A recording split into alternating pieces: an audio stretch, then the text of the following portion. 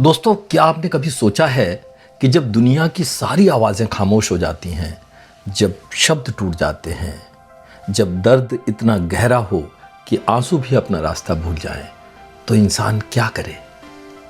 कुछ लोग तो खामोश हो जाते हैं और कुछ अपनी खामोशी को संगीत में ढाल लेते हैं। दोस्तों, आज की हमारी ये कहानी ऐसे ही दो लोगों की कहानी है जिन्होंने दर्द को सुर बनाया, वियोग को एक आवाज़ दी और प्रेम को अमर कर दिया।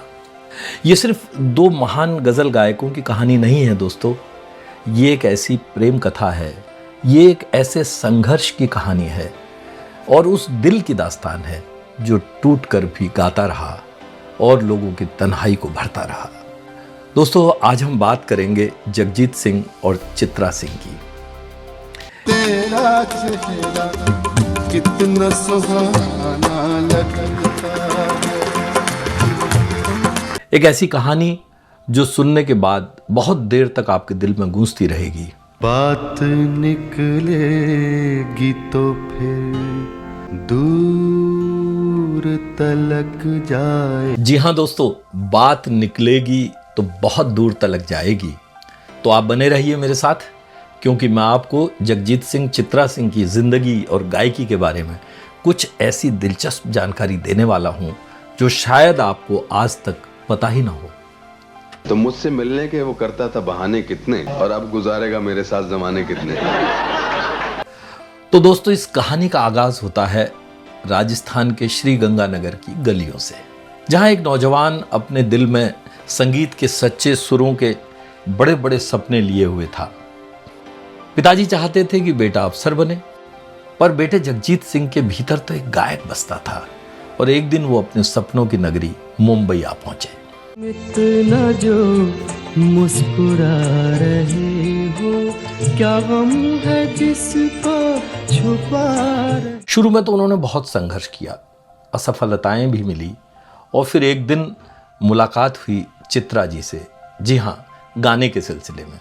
चित्रा जी एक बंगाली संभ्रांत परिवार की सुसंस्कृत महिला जो स्वयं एक गायिका भी थी। पहली मुलाकात में ही चित्रा जी को जगजीत सिंह की आवाज भारी लगी। उन्होंने उनके साथ गाने से मना कर दिया और जगजीत सिंह जी ने भी अपने आत्मसम्मान से कोई समझौता नहीं किया और वहां से चले गए।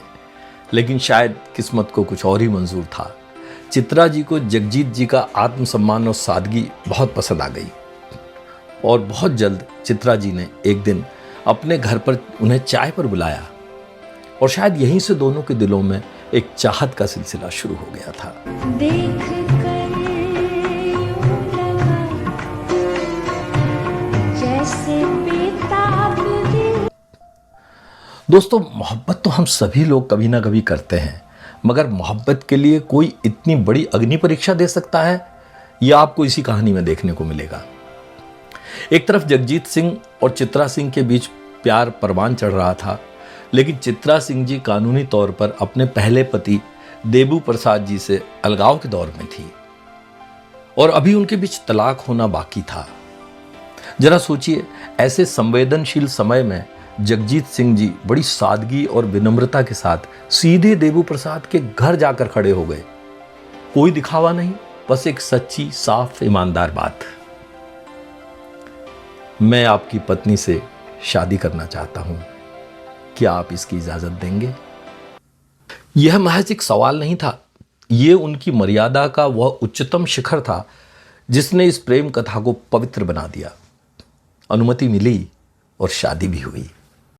दोस्तों, आज के दौर में जहां रिश्ते कड़वाहट और अदालतों में जाकर खत्म होते हैं, वहां जगजीत सिंह जी का यह कदम हमको सादगी और सच बोलने का हुनर सिखाता है।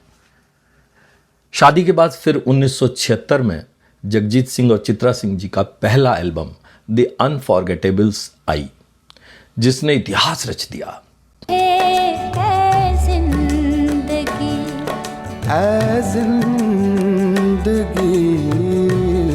रातों रात वो गजल और गैर फिल्मी संगीत के बहुत बड़े सितारे बन गए।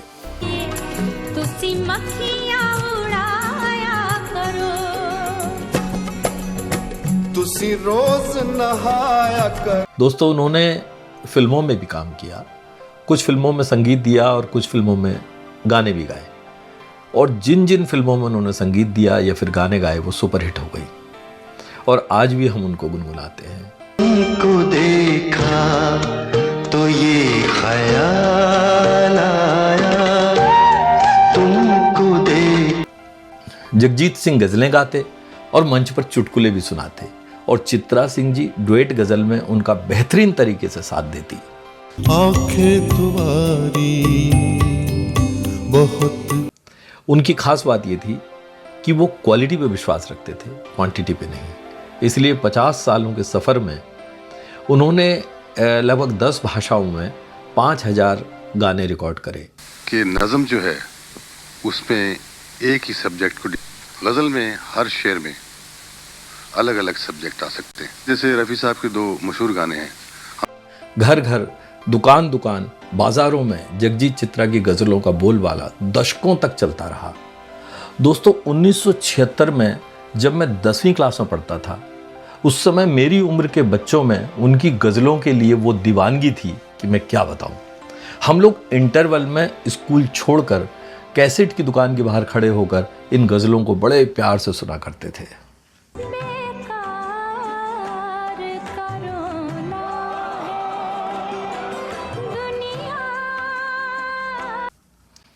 पर दोस्तों, नियति को कुछ और ही मंजूर था। 1990 का वो साल, एक भयंकर सड़क दुर्घटना में जगजीत चित्रा जी के इकलौते बेटे विवेक की मृत्यु हो गई। वो मात्र 20 वर्ष के थे। उफ, इतना बड़ा हादसा जिसने दोनों कलाकारों को भीतर तक तोड़ दिया। और उसके बाद चित्रा जी ने तो कभी जीवन भर नहीं गाया। तुम चले गए जहां तुम चले गए। इस घटना के बाद उनके जीवन में एक भावनात्मक पतझड़ हमेशा के लिए ठहर गया, और आगे चलकर 2011 में जगजीत सिंह जी भी इस संसार को छोड़कर चले गए। हम सब गज़ल प्रेमियों के लिए ये एक बहुत बड़ा हादसा था, बहुत बड़ा नुकसान था। मैंने अपने पहले गज़ल संग्रह मेरी गज़ल तुम्हारे नाम, जो कि 1989 में प्रकाशित हुई, उसे जगजीत सिंह और चित्रा सिंह जी को ही समर्पित किया था। दोस्तों, मैं जगजीत सिंह से रूबरू मिलना भी चाहता था, जो कि आज तक नहीं हो पाया और अब कभी नहीं हो पाएगा। दोस्तों, अगर आप भी गज़लों के शौकीन हैं तो मुझे कमेंट करके बताइए कि जगजीत सिंह की कौन सी गज़ल आपको बेहद पसंद है। दोस्तों, जगजीत चित्रा जी की ये दास्तान हमको सिखाती है कि ज़िंदगी की मुश्किलें और दुख चाहे कितने ही भी बड़े क्यों ना हों, अगर आपके पास संगीत का सहारा और सच्चा प्यार हो तो आप कभी हार नहीं सकते।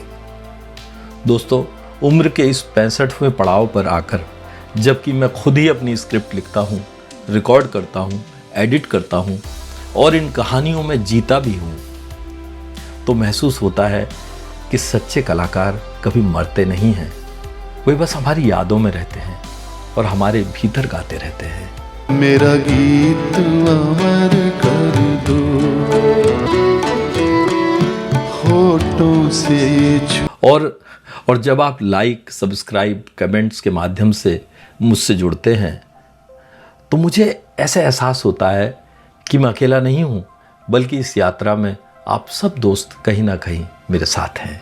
आपसे आज के लिए विदा लेते हैं। बहुत जल्द फिर मिलेंगे एक नई कहानी और एक नए विषय के साथ।